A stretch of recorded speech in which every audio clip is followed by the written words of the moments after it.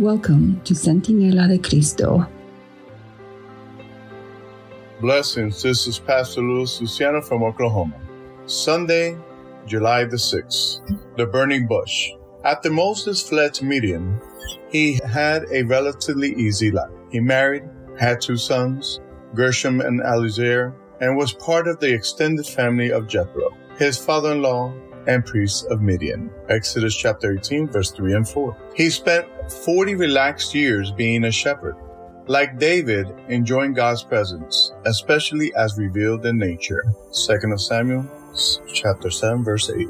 Yet this time was not simply for Moses to smell the flowers, or perhaps, in this case, the desert cactus.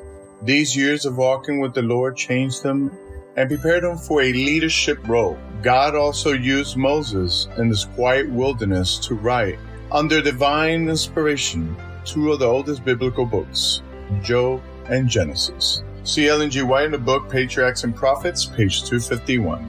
Moses also received from God crucial insights about the great controversy, the creation, the fall, the flood, the patriarchs, and most importantly, the plan of salvation. Thus, Moses was instrumental in passing on to all humanity the true knowledge of the living God, our Creator and Sustainer, and knowledge about what God is doing in view of the sin that has wreaked havoc on this planet. Biblical and salvation history make little sense apart from the crucial foundation that, under inspiration, Moses gave us, especially in the book of Genesis. Read Exodus chapter 3, verses 1 through 6. What significance can be found in the fact that the Lord introduced himself to Moses as the God of Abraham, the God of Isaac, and the God of Jacob?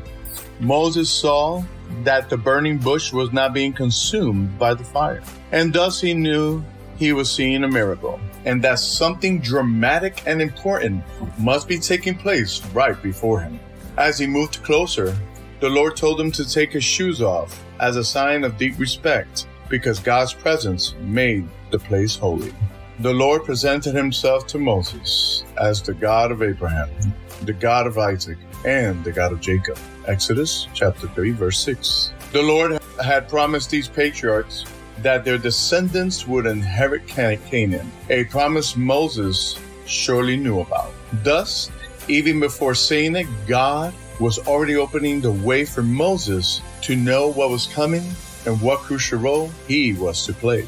Moses needed 80 years before God deemed him ready for his task.